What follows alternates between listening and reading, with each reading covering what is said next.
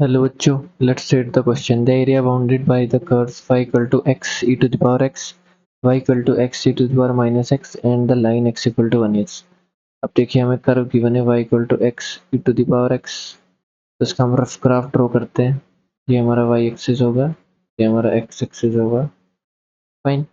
अब देखिए अगर हम x को 0 पुट करेंगे तो y भी 0 आएगा, मतलब हमारा ग्राफ ओरिजिन से पास करेगा। फाइन।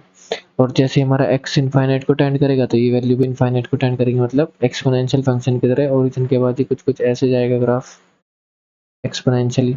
और जैसे माइनस इन्फिनिटी की तरफ जाएगा हमारा ग्राफ, x को माइनस इन्फिनिटी टेंड कराएंगे तो जीरो की तरफ जाएगी वैल्यू, मतलब ये हमारा कुछ कुछ इस फॉर्म का ग्राफ बनेगा। फाइन।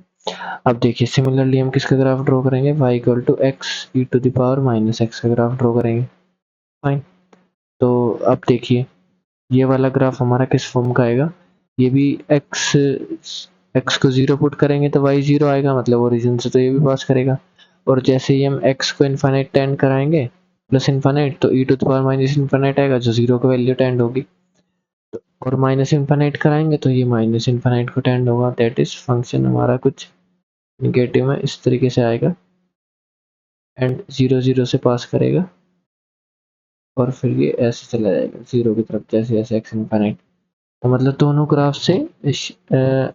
ग्राफ से बाउंडेड कुछ एरिया आएगा। अगर मैं इस ग्राफ को दोबारा से बनाऊं तो कुछ कुछ ये ग्राफ हमारा ऐसे एरिया कवर करेगा और ये ऊपर वाला ग्राफ कुछ ऐसे, मतलब दोनों के बीच में कुछ ना कुछ एरिया आएगा। फाइन। तो सिंपली इनका अगर हम पॉइंट ऑफ इंटरसेक्शन चेक करें, पॉइंट ऑफ इंटरसेक्शन के लिए दोनों को इक्वेट कराते हैं। That is x E to the power x किसके इक्वल होगा, x E to the power minus x के इक्वल होगा। तो यहाँ से एक तो हमारा क्या आएगा, x कॉमन लेंगे, ये आएगा e to the power x minus e to the power minus x equal to 0। That is एक तो हमारा क्या आएगा, x 0 आएगा। फाइन। और एक आएगा e to the power x equal to the power minus x, तो यहाँ से सिंप्लीफाई करेंगे तो आएगा e to the power 2x हमारा किसके इक्वल आ जाएगा, 1 के इक्वल आ जाएगा। दैट इज 1 हमारा किस में होता है, e टू द पावर 0 के इक्वल होता है। तो यहाँ से क्या करेंगे, 2x को 2x इक्वल टू 0, तो मतलब x इक्वल टू 0। दोनों तरीके से सिर्फ एक ही पॉइंट ऑफ इंटरसेक्शन आ रहा है, x इक्वल टू 0 दोनों को सोल्व करके। तो मतलब ये ग्राफ हमारे सिर्फ और सिर्फ x इक्वल टू 0 पे कट करेंगे। फाइन। तो अगर हम इसको ड्रॉ करेंगे तो देखिए कैसे ड्रॉ करते हैं, थोड़ा ग्राफ दोबारा से ड्रॉ करने पड़ेंगे क्योंकि ये सिर्फ और सिर्फ x इक्वल टू 0 पे कट कर रहे हैं। फाइन। ओके। अब देखिए ग्राफ किस तरीके से हमारे ड्रॉ होंगे, ये कुछ इस तरीके से हमारा ग्राफ आएगा, एक ऊपर चला जाएगा। सिमिलरली एक ग्राफ हमारा नीचे से आएगा, x इक्वल टू 0 से पास होगा, सॉरी x इक्वल टू 0 से हमें ग्राफ पास कराना है। फाइन। और बाकी कहीं कट भी नहीं करना चाहिए किसी एक पॉइंट, तो ये हमारा ग्राफ कुछ कुछ ऐसे x इक्वल टू 0 से इधर चला जाएगा। फाइन। ये 0 की तरफ जाएगा ऐसे करें।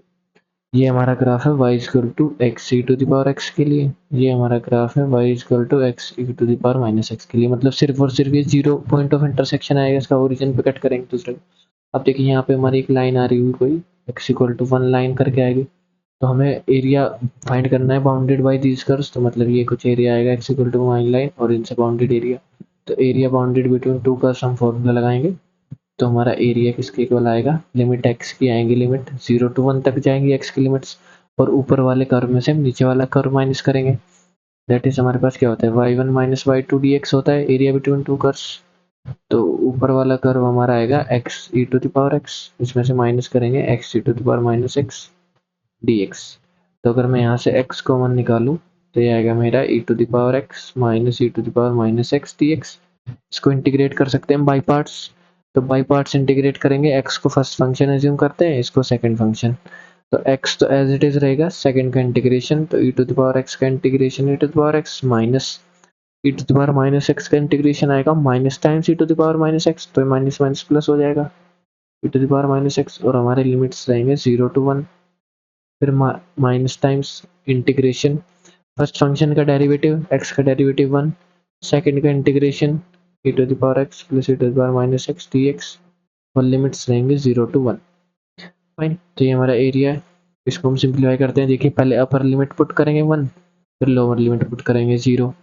दैट इज हमारा आएगा area is equal to, X को 1 पुट करेंगे तो 1 E to the power 1 plus E to the power -1, minus lower limit पर पुट करेंगे तो एक्स को 0 पुट करेंगे पूरा 0, माइनस टाइम्स इंटीग्रेशन था हमारा E to the power X plus E to the power -x dx, limit 0 to 1। देखिए यहाँ से तो आएगा e plus E to the power -1 को 1/e लिख सकते हैं, माइनस टाइम्स इसका इंटीग्रेशन क्या आएगा हमारा, E to the power X का E to the power X, E to the power -x का आएगा minus times E to the power -x, limit 0 to 1। Fine, e plus 1/e minus, अब देखिए x को 1 put करेंगे तो आएगा हमारा e minus e to the power -1। अब देखिए माइनस टाइम्स लोअर लिमिट, पहले अपर लिमिट पुट करेंगे minus lower limit, that is e to the power 0 minus e to the power -0 भी 0। फाइन, तो देखिए ई टू द पावर 0 हमारा होता है 1, 1 -1 ये भी 0 होगा। यहाँ से आएगा e plus 1/e minus times है, ये आएगा e माइनस 1/e, यहाँ से आएगा हमारा -1 e की पावर 0 1 के इक्वल, तो 1 -1 0 हो जाएगा। तो e plus 1/e minus sign से मल्टीप्लाई करेंगे तो minus e, minus minus plus 1/e और ये वैल्यू हमारी 0 हो जाएगी। तो माइनस ई से प्लस ई कैंसिल, ये हमारा आएगा 1/e प्लस 1/e ऐड होने के बाद 2/e। तो जो हमारा फाइनल आंसर आएगा एरिया का वो क्या आएगा, 2/e। तो that is option 1 is correct. I hope you understood this solution. Thank you.